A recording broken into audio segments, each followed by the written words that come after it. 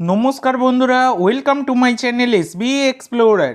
তো বন্ধুরা, থাম্বনেলটা দেখেই বুঝতে পারছো টপিকটা কতটা ইন্টারেস্টিং হতে চলেছে। হ্যাঁ বন্ধুরা, অবশেষে ইস্ট বেঙ্গল কিন্তু একজন দারুণ বিদেশি প্লেয়ারকে সাইন করিয়ে নিল। যে প্লেয়ারটি হচ্ছে 28 বছর বয়সী ভেনিজুয়েলার লেফট উইঙ্গার রিচার্ড সেলিস। তো এই রিচার্ড সেলিস, যার মার্কেট ভ্যালু 2.4 কোটি টাকা, বর্তমানে তিনি কিন্তু ফ্রি এজেন্ট ছিলেন, মানে 1 জানুয়ারি 2025 থেকে তিনি কিন্তু ফ্রি এজেন্ট ছিলেন। তো এই প্লেয়ারটি কিন্তু লেফট উইং ছাড়া সেন্টার ফরওয়ার্ডও খেলতে পারেন।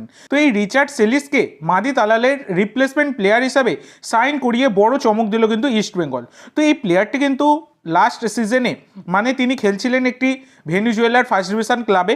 এছাড়া এই রিচার্ড সেলিস তিনি কিন্তু ভেনিজুয়েলার জাতীয় দলের হয়ে 4খানা ম্যাচ খেলবার অভিজ্ঞতা রয়েছে। তো আপাতত এই সিজনের শেষ অবধি চুক্তিতেই তাকে কিন্তু সই করানো হয়েছে। এটা কিন্তু একটা দারুণ সাইনিং। তো এটা ইস্ট বেঙ্গল সমর্থকদের জন্য একটা বড়ই সুখবর। তো তোমাদের কেমন লাগলো খবরটা অবশ্যই সকলে কমেন্ট করে জানাতে ভুলো না।